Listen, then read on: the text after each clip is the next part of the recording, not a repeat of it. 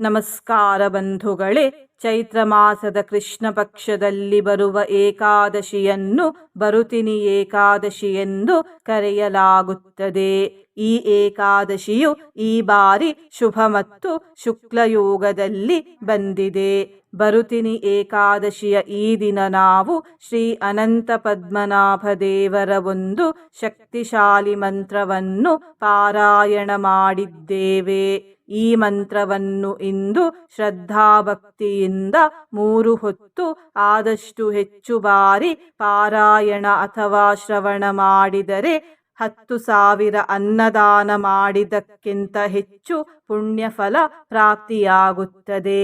ಅದೃಷ್ಟದ ಬಾಗಿಲು ತೆರೆಯುತ್ತದೆ, ಪಾಪಗಳು ನಾಶವಾಗುತ್ತವೆ, ಸಫಲತೆ ದೊರೆಯುತ್ತದೆ, ಸಮಾಜದಲ್ಲಿ ಉತ್ತಮ ಸ್ಥಾನಮಾನ ಲಭಿಸುತ್ತದೆ ಮತ್ತು ಮೋಕ್ಷವು ದೊರೆಯುತ್ತದೆ. ಇಂದು ಈ ಮಂತ್ರವನ್ನು ನೀವೇ ಪಾರಾಯಣ ಮಾಡಿದರೆ ಉತ್ತಮ. ಕಾರಣಾಂತರಗಳಿಂದ ಮಂತ್ರ ಪಾರಾಯಣ ಮಾಡಲು ಸಾಧ್ಯವಾಗದಿದ್ದರೆ ಮಂತ್ರವನ್ನು ಶ್ರದ್ಧಾಭಕ್ತಿಯಿಂದ ಶ್ರವಣ ಮಾಡಿ ಬಂಧುಗಳೇ. ಇಂದಿನ ಮನೆಮದ್ದು ಹೀಗಿದೆ. ಕೂದಲು ಸೊಂಪಾಗಿ ಬೆಳೆಯಲು ಈ ಮನೆಮದ್ದನ್ನು ಉಪಯೋಗಿಸಿ. ಕೊತ್ತಂಬರಿ ಸೊಪ್ಪನ್ನು ತೆಗೆದುಕೊಂಡು ಬಂದು ಅದರ ಬೇರನ್ನು ತೆಗೆಯಿರಿ, ಏಕೆಂದರೆ ಬೇರಿನಲ್ಲಿ ಮಣ್ಣಿರುತ್ತದೆ. ನಂತರ ಕೊತ್ತಂಬರಿ ಸೊಪ್ಪನ್ನು ಚೆನ್ನಾಗಿ ತೊಳೆದು ರುಬ್ಬಿಕೊಳ್ಳಿ. ಆಮೇಲೆ ಅದನ್ನು ಕೂದಲಿನ ಬುಡಕ್ಕೆ ಹಚ್ಚಿ 2-3 ನಿಮಿಷಗಳ ಕಾಲ ಮಸಾಜ್ ಮಾಡಿ ಅರ್ಧ ಗಂಟೆಯ ನಂತರ ಸ್ನಾನ ಮಾಡಿ. ಈ ರೀತಿ ವಾರಕ್ಕೆ ಒಮ್ಮೆ ಅಥವಾ 2 ಬಾರಿ ಮಾಡಿದರೆ ಕೂದಲು ಸೊಂಪಾಗಿ ಬೆಳೆಯುತ್ತದೆ. ಬಂಧುಗಳೇ, ನೀವು ಚಾನಲಿಗೆ ಹೊಸದಾಗಿ ಬಂದಿದ್ದರೆ ಚಾನಲ್ ಅನ್ನು ಸಬ್ಸ್ಕ್ರೈಬ್ ಮಾಡಿ, ಹತ್ತಿರ ಇರುವ ಬೆಲ್ ಬಟನ್ ಪ್ರೆಸ್ ಮಾಡಿ, ಆಲ್ ಅನ್ನುವ ಆಪ್ಷನ್ ಅನ್ನು ಸೆಲೆಕ್ಟ್ ಮಾಡಿ. ನೀವು ಸಬ್ಸ್ಕ್ರೈಬ್ ಮಾಡಿದರೆ ನಮಗೂ ಇನ್ನೂ ಹೆಚ್ಚು ವಿಡಿಯೋ ಮಾಡಲು ಸ್ಫೂರ್ತಿ ಸಿಗುತ್ತದೆ ಮತ್ತು ನಿಮಗೂ ನಮ್ಮ ಹೊಸ ವಿಡಿಯೋ ಅಪ್ಲೋಡ್ ಆದ ತಕ್ಷಣವೇ ಸಿಗುತ್ತದೆ. ಮಂತ್ರಶ್ರವಣ ಮಾಡುವಾಗ ಓಂ ಶ್ರೀ ಅನಂತ ಪದ್ಮನಾಭಾಯ ನಮಃ ಎಂದು ಕಮೆಂಟ್ ಮಾಡಿ ಬಂಧುಗಳೇ. ಮಂತ್ರ ಪಾರಾಯಣವನ್ನು ಶುರು ಮಾಡೋಣ. ಸ್ಯಾನಂದೂರಪುರಿ ಭಾಗ್ಯ ಭವ್ಯ ರೂಪಾಯ ವಿಷ್ಣವೇ ಹೇಮಕೂಟ ವಿಮಾನಾಂತಃ ಭ್ರಾಜಮಾನಾಯ ಹಾರಿಣೇ ಓಂ ಅನಂತ ಪದ್ಮನಾಭಾಯ ಮಂಗಳಂ. ಸ್ಯಾನಂದೂರಪುರಿ ಭಾಗ್ಯ ಭವ್ಯ ರೂಪಾಯ ವಿಷ್ಣವೇ ಹೇಮಕೂಟ ವಿಮಾನಾಂತಃ ಭ್ರಾಜಮಾನಾಯ ಹಾರಿಣೇ ಓಂ ಅನಂತ ಪದ್ಮನಾಭಾಯ ಮಂಗಳಂ. ಸ್ಯಾನಂದೂರಪುರಿ ಭಾಗ್ಯ ಭವ್ಯ ರೂಪಾಯ ವಿಷ್ಣವೇ ಹೇಮಕೂಟ ವಿಮಾನಾಂತಃ ಭ್ರಾಜಮಾನಾಯ ಹಾರಿಣೇ ಓಂ ಅನಂತ ಪದ್ಮನಾಭಾಯ ಮಂಗಳಂ. ಸ್ಯಾನಂದೂರಪುರಿ ಭಾಗ್ಯ ಭವ್ಯ ರೂಪಾಯ ವಿಷ್ಣವೇ ಹೇಮಕೂಟ ವಿಮಾನಾಂತಃ ಭ್ರಾಜಮಾನಾಯ ಹಾರಿಣೇ ಓಂ ಅನಂತ ಪದ್ಮನಾಭಾಯ ಮಂಗಳಂ. ಸ್ಯಾನಂದೂರಪುರಿ ಭಾಗ್ಯ ಭವ್ಯ ರೂಪಾಯ ವಿಷ್ಣವೇ ಹೇಮಕೂಟ ವಿಮಾನಾಂತಃ ಭ್ರಾಜಮಾನಾಯ ಹಾರಿಣೇ ಓಂ ಅನಂತ ಪದ್ಮನಾಭಾಯ ಮಂಗಳಂ. ಸ್ಯಾನಂದೂರಪುರಿ ಭಾಗ್ಯ ಭವ್ಯ ರೂಪಾಯ ವಿಷ್ಣವೇ ಹೇಮಕೂಟ ವಿಮಾನಾಂತಃ ಭ್ರಾಜಮಾನಾಯ ಹಾರಿಣೇ ಓಂ ಅನಂತ ಪದ್ಮನಾಭಾಯ ಮಂಗಳಂ. ಸ್ಯಾನಂದೂರಪುರಿ ಭಾಗ್ಯ ಭವ್ಯ ರೂಪಾಯ ವಿಷ್ಣವೇ ಹೇಮಕೂಟ ವಿಮಾನಾಂತಃ ಭ್ರಾಜಮಾನಾಯ ಹಾರಿಣೇ ಓಂ ಅನಂತ ಪದ್ಮನಾಭಾಯ ಮಂಗಳಂ. ಸ್ಯಾನಂದೂರಪುರಿ ಭಾಗ್ಯ ಭವ್ಯ ರೂಪಾಯ ವಿಷ್ಣವೇ ಹೇಮಕೂಟ ವಿಮಾನಾಂತಃ ಭ್ರಾಜಮಾನಾಯ ಹಾರಿಣೇ ॐ अनन्तपद्मनाभाय मङ्गलम्। स्यानन्दूरपुरीभाग्यभव्यरूपाय विष्णवे हेमकूटविमानान्तः भ्राजमानाय हारिणे ॐ अनन्तपद्मनाभाय मङ्गलम्। स्यानन्दूरपुरीभाग्यभव्यरूपाय विष्णवे हेमकूटविमानान्तः भ्राजमानाय हारिणे ॐ अनन्तपद्मनाभाय मङ्गलम्। स्यानन्दूरपुरीभाग्यभव्यरूपाय विष्णवे हेमकूटविमानान्तः भ्राजमानाय हारिणे ॐ अनन्तपद्मनाभाय मङ्गलम्। स्यानन्दूरपुरीभाग्यभव्यरूपाय विष्णवे हेमकूटविमानान्तः भ्राजमानाय हारिणे ॐ अनन्तपद्मनाभाय मङ्गलम्। स्यानन्दूरपुरीभाग्यभव्यरूपाय विष्णवे हेमकूटविमानान्तः भ्राजमानाय हारिणे ॐ अनन्तपद्मनाभाय मङ्गलम्। स्यानन्दूरपुरीभाग्यभव्यरूपाय विष्णवे हेमकूटविमानान्तः भ्राजमानाय हारिणे ॐ अनन्तपद्मनाभाय मङ्गलम्। स्यानन्दूरपुरीभाग्यभव्यरूपाय विष्णवे हेमकूटविमानान्तः भ्राजमानाय हारिणे ॐ अनन्तपद्मनाभाय मङ्गलम्। स्यानन्दूरपुरीभाग्यभव्यरूपाय विष्णवे हेमकूटविमानान्तः भ्राजमानाय हारिणे ॐ अनन्तपद्मनाभाय मङ्गलम्। स्यानन्दूरपुरीभाग्यभव्यरूपाय विष्णवे हेमकूटविमानान्तः भ्राजमानाय हारिणे ॐ अनन्तपद्मनाभाय मङ्गलम्। स्यानन्दूरपुरीभाग्यभव्यरूपाय विष्णवे हेमकूटविमानान्तः भ्राजमानाय हारिणे ॐ अनन्तपद्मनाभाय मङ्गलम्। स्यानन्दूरपुरीभाग्यभव्यरूपाय विष्णवे हेमकूटविमानान्तः भ्राजमानाय हारिणे ॐ अनन्तपद्मनाभाय मङ्गलम्।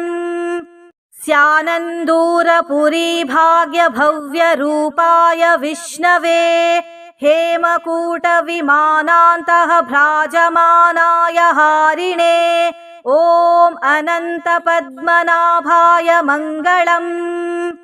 स्यानन्दूरपुरीभाग्यभव्यरूपाय विष्णवे हेमकूटविमानान्तः भ्राजमानाय हारिणे ॐ अनन्तपद्मनाभाय मङ्गलम्।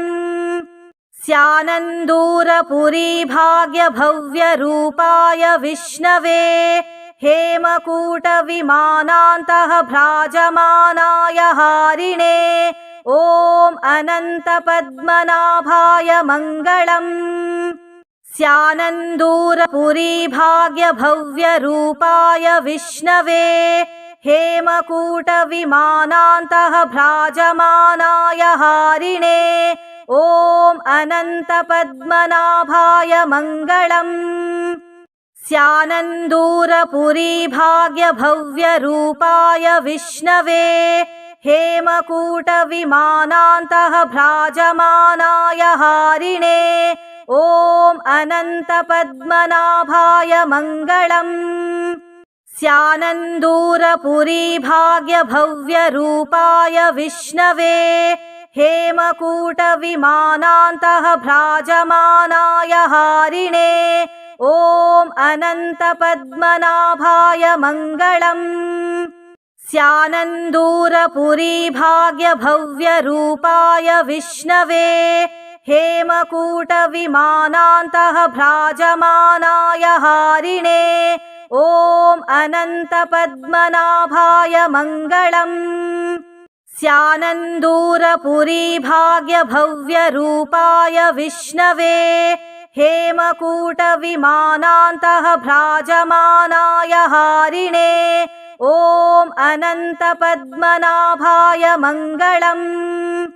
स्यानन्दूरपुरी भाग्यभव्यरूपाय विष्णवे हेमकूटविमानान्तः भ्राजमानाय हारिणे ॐ अनन्तपद्मनाभाय मङ्गलम्। स्यानन्दूरपुरी भाग्यभव्यरूपाय विष्णवे हेमकूटविमानान्तः भ्राजमानाय हारिणे ॐ अनन्तपद्मनाभाय मङ्गलम्। स्यानन्दूरपुरी भाग्यभव्यरूपाय विष्णवे हेमकूटविमानान्तः भ्राजमानाय हारिणे ॐ अनन्तपद्मनाभाय मङ्गलम्। स्यानन्दूरपुरी भाग्यभव्यरूपाय विष्णवे हेमकूटविमानान्तः भ्राजमानाय हारिणे ॐ अनन्तपद्मनाभाय मङ्गलम्। स्यानन्दूरपुरी भाग्यभव्यरूपाय विष्णवे हेमकूटविमानान्तः भ्राजमानाय हारिणे ॐ अनन्तपद्मनाभाय मङ्गलम्। स्यानन्दूरपुरी भाग्यभव्यरूपाय विष्णवे हेमकूटविमानान्तः भ्राजमानाय हारिणे ॐ अनन्तपद्मनाभाय मङ्गलम्। स्यानन्दूरपुरी भाग्यभव्यरूपाय विष्णवे हेमकूटविमानान्तः भ्राजमानाय हारिणे ॐ अनन्तपद्मनाभाय मङ्गलम्। स्यानन्दूरपुरी भाग्यभव्यरूपाय विष्णवे हेमकूटविमानान्तः भ्राजमानाय हारिणे ॐ अनन्तपद्मनाभाय मङ्गलम्। स्यानन्दूरपुरी भाग्यभव्यरूपाय विष्णवे हेमकूटविमानान्तः भ्राजमानाय हारिणे ॐ अनन्तपद्मनाभाय मङ्गलम्। स्यानन्दूरपुरी भाग्यभव्यरूपाय विष्णवे हेमकूटविमानान्तः भ्राजमानाय हारिणे ॐ अनन्तपद्मनाभाय मङ्गलम्। स्यानन्दूरपुरी भाग्यभव्यरूपाय विष्णवे हेमकूटविमानान्तः भ्राजमानाय हारिणे ॐ अनन्तपद्मनाभाय मङ्गलम्। स्यानन्दूरपुरी भाग्यभव्यरूपाय विष्णवे हेमकूटविमानान्तः भ्राजमानाय हारिणे ॐ अनन्तपद्मनाभाय मङ्गलम्। स्यानन्दूरपुरी भाग्यभव्यरूपाय विष्णवे हेमकूटविमानान्तः भ्राजमानाय हारिणे ॐ अनन्तपद्मनाभाय मङ्गलम्। स्यानन्दूरपुरी भाग्यभव्यरूपाय विष्णवे हेमकूटविमानान्तः भ्राजमानाय हारिणे ॐ अनन्तपद्मनाभाय मङ्गलम्। स्यानन्दूरपुरी भाग्यभव्यरूपाय विष्णवे हेमकूटविमानान्तः भ्राजमानाय हारिणे ॐ अनन्तपद्मनाभाय मङ्गलम्। स्यानन्दूरपुरी भाग्यभव्यरूपाय विष्णवे हेमकूटविमानान्तः भ्राजमानाय हारिणे ॐ अनन्तपद्मनाभाय मङ्गलम् स्यानन्दूरपुरी भाग्यभव्यरूपाय विष्णवे हेमकूटविमानान्तः भ्राजमानाय हारिणे ॐ अनन्तपद्मनाभाय मङ्गलम् स्यानन्दूरपुरी भाग्यभव्यरूपाय विष्णवे हेमकूटविमानान्तः भ्राजमानाय हारिणे ॐ अनन्तपद्मनाभाय मङ्गलम् स्यानन्दूरपुरी भाग्यभव्यरूपाय विष्णवे हेमकूटविमानान्तः भ्राजमानाय हारिणे ॐ अनन्तपद्मनाभाय मङ्गलम् स्यानन्दूरपुरी भाग्यभव्यरूपाय विष्णवे हेमकूटविमानान्तः भ्राजमानाय हारिणे ॐ अनन्तपद्मनाभाय मङ्गलम् स्यानन्दूरपुरी भाग्यभव्यरूपाय विष्णवे हेमकूटविमानान्तः भ्राजमानाय हारिणे ॐ अनन्तपद्मनाभाय मङ्गलम् स्यानन्दूरपुरी भाग्यभव्यरूपाय विष्णवे हेमकूटविमानान्तः भ्राजमानाय हारिणे ॐ अनन्तपद्मनाभाय मङ्गलम् स्यानन्दूरपुरी भाग्यभव्यरूपाय विष्णवे हेमकूटविमानान्तः भ्राजमानाय हारिणे ॐ अनन्तपद्मनाभाय मङ्गलम् स्यानन्दूरपुरी भाग्यभव्यरूपाय विष्णवे हेमकूटविमानान्तः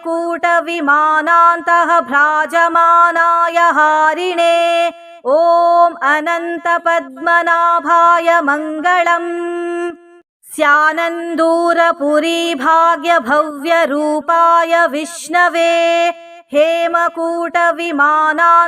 भ्राजमानाय हारिणे ॐ अनन्तपद्मनाभाय मङ्गलम् स्यानन्दूरपुरी भाग्यभव्यरूपाय विष्णवे हेमकूटविमानान्तः भ्राजमानाय हारिणे ॐ अनन्तपद्मनाभाय मङ्गलम् स्यानन्दूरपुरी भाग्यभव्यरूपाय विष्णवे हेमकूटविमानान्तः भ्राजमानाय हारिणे ॐ अनन्तपद्मनाभाय मङ्गलम् स्यानन्दूरपुरी भाग्यभव्यरूपाय विष्णवे हेमकूटविमानान्तः भ्राजमानाय हारिणे ॐ अनन्तपद्मनाभाय मङ्गलम् स्यानन्दूरपुरी भाग्यभव्यरूपाय विष्णवे हेमकूटविमानान्तः भ्राजमानाय हारिणे ॐ अनन्तपद्मनाभाय मङ्गलम् स्यानन्दूरपुरी भाग्यभव्यरूपाय विष्णवे हेमकूटविमानान्तः भ्राजमानाय हारिणे ॐ अनन्तपद्मनाभाय मङ्गलम् स्यानन्दूरपुरी भाग्यभव्यरूपाय विष्णवे हेमकूटविमानान्तः भ्राजमानाय हारिणे ॐ अनन्तपद्मनाभाय मङ्गलम् स्यानन्दूरपुरी भाग्यभव्यरूपाय विष्णवे हेमकूटविमानान्तः भ्राजमानाय हारिणे ॐ अनन्तपद्मनाभाय मङ्गलम् स्यानन्दूरपुरी भाग्यभव्यरूपाय विष्णवे हेमकूटविमानान्तः भ्राजमानाय हारिणे ॐ अनन्तपद्मनाभाय मङ्गलम् स्यानन्दूरपुरी भाग्यभव्यरूपाय विष्णवे हेमकूटविमानान्तः भ्राजमानाय हारिणे ॐ अनन्तपद्मनाभाय मङ्गलम् स्यानन्दूरपुरी भाग्यभव्यरूपाय विष्णवे हेमकूटविमानान्तः भ्राजमानाय हारिणे ॐ अनन्तपद्मनाभाय मङ्गलम् स्यानन्दूरपुरी भाग्यभव्यरूपाय विष्णवे हेमकूटविमानान्तः भ्राजमानाय हारिणे ॐ अनन्तपद्मनाभाय मङ्गलम् स्यानन्दूरपुरी भाग्यभव्यरूपाय विष्णवे हेमकूटविमानान्तः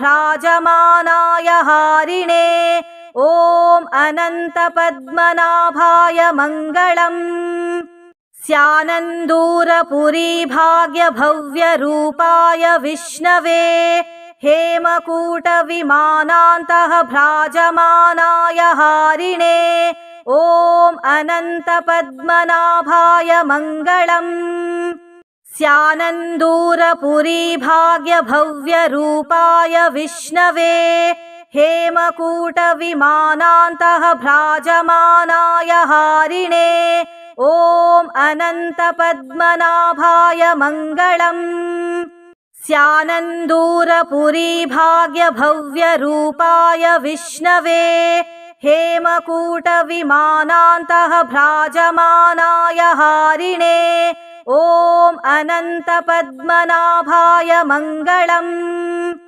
स्यानन्दूरपुरी भाग्यभव्यरूपाय विष्णवे हेमकूटविमानान्तः भ्राजमानाय हारिणे ॐ अनन्तपद्मनाभाय मङ्गलम् स्यानन्दूरपुरी भाग्यभव्यरूपाय विष्णवे हेमकूटविमानान्तः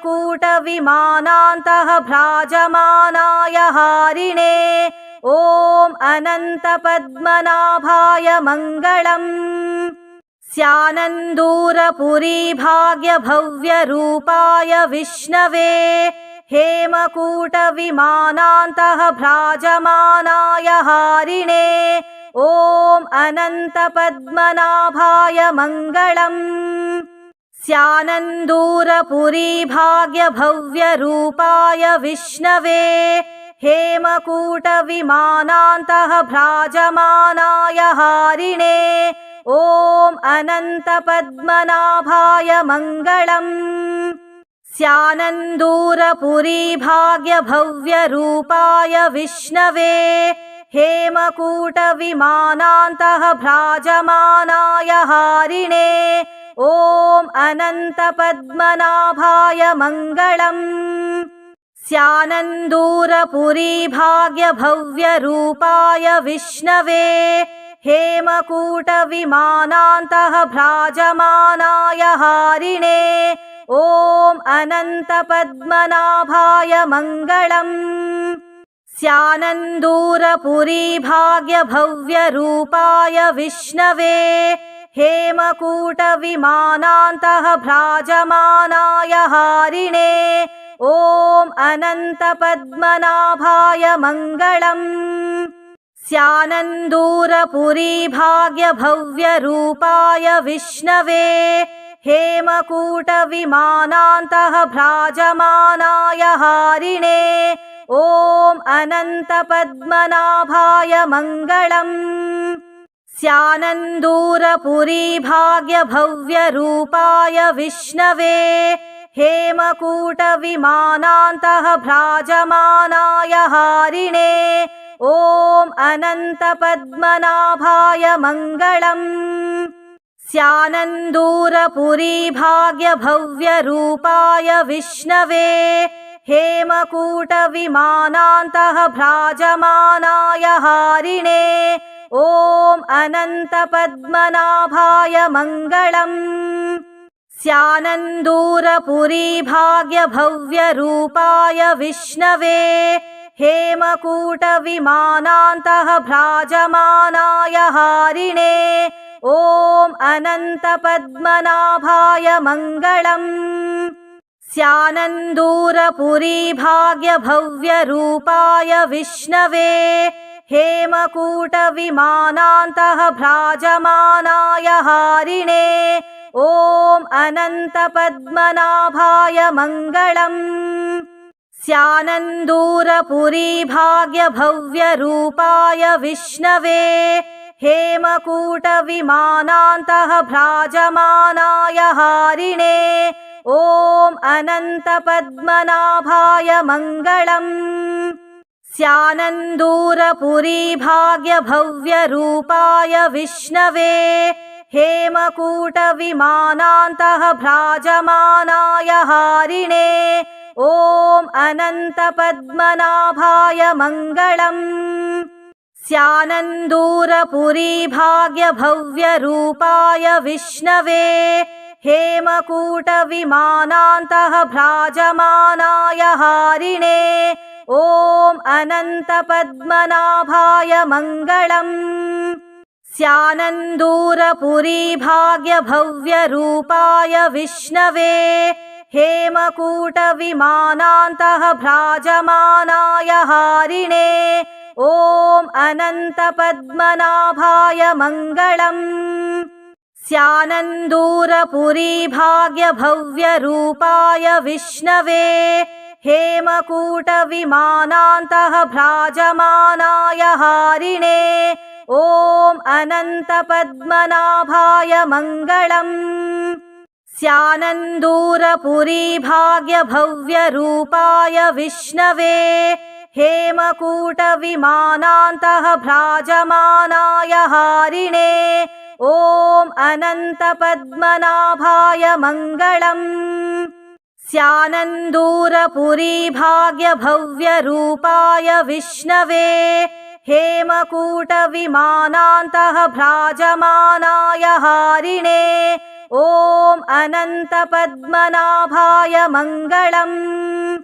स्यानन्दूरपुरी भाग्यभव्यरूपाय विष्णवे हेमकूटविमानान्तः भ्राजमानाय हारिणे ॐ अनन्तपद्मनाभाय मङ्गलम्।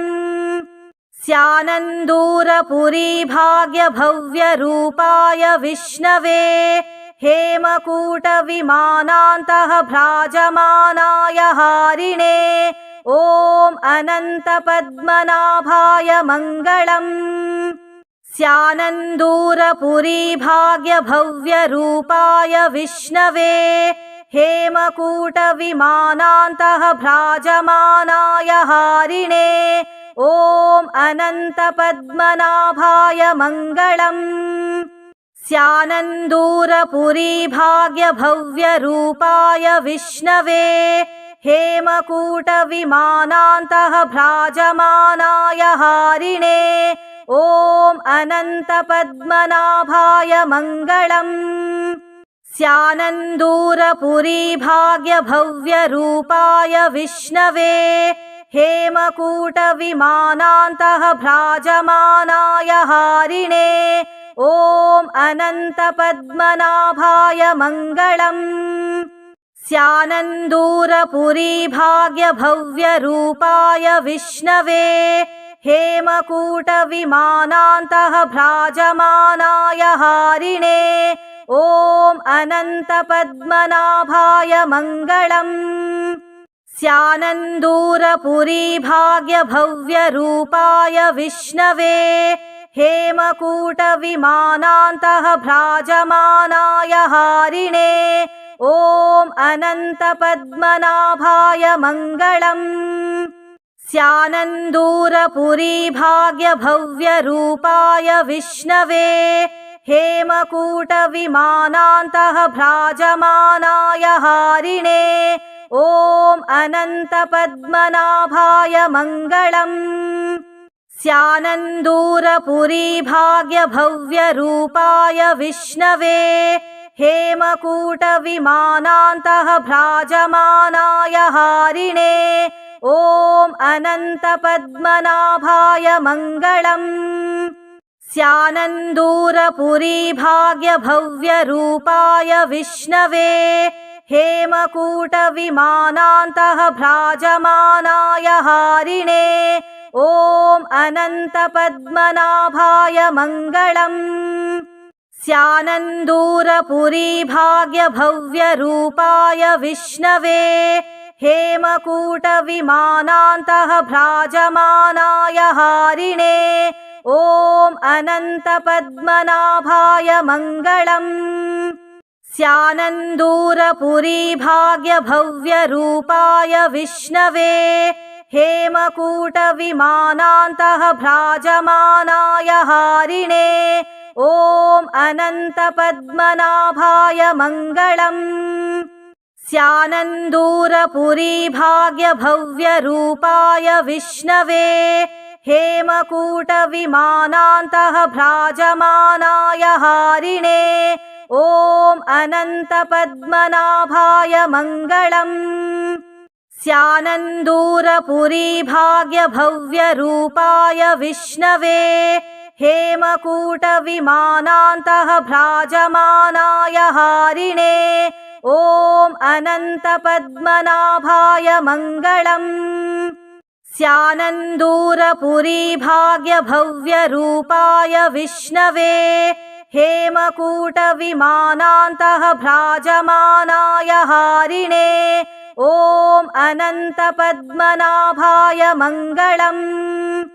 स्यानन्दूरपुरी भाग्यभव्यरूपाय विष्णवे हेमकूटविमानान्तः भ्राजमानाय हारिणे ॐ अनन्तपद्मनाभाय मङ्गलम् स्यानन्दूरपुरी भाग्यभव्यरूपाय विष्णवे हेमकूटविमानान्तः भ्राजमानाय हारिणे ॐ अनन्तपद्मनाभाय मङ्गलम् स्यानन्दूरपुरी भाग्यभव्यरूपाय विष्णवे हेमकूटविमानान्तः भ्राजमानाय हारिणे ॐ अनन्तपद्मनाभाय मङ्गलम् स्यानन्दूरपुरी भाग्यभव्यरूपाय विष्णवे हेमकूटविमानान्तः भ्राजमानाय हारिणे ॐ अनन्तपद्मनाभाय मङ्गलम् स्यानन्दूरपुरी भाग्यभव्यरूपाय विष्णवे हेमकूटविमानान्तः भ्राजमानाय हारिणे ॐ अनन्तपद्मनाभाय मङ्गलम् स्यानन्दूरपुरी भाग्यभव्यरूपाय विष्णवे हेमकूटविमानान्तः भ्राजमानाय हारिणे ॐ अनन्तपद्मनाभाय मङ्गलम् स्यानन्दूरपुरी भाग्यभव्यरूपाय विष्णवे हेमकूटविमानान्तः भ्राजमानाय हारिणे ॐ अनन्तपद्मनाभाय मङ्गलम्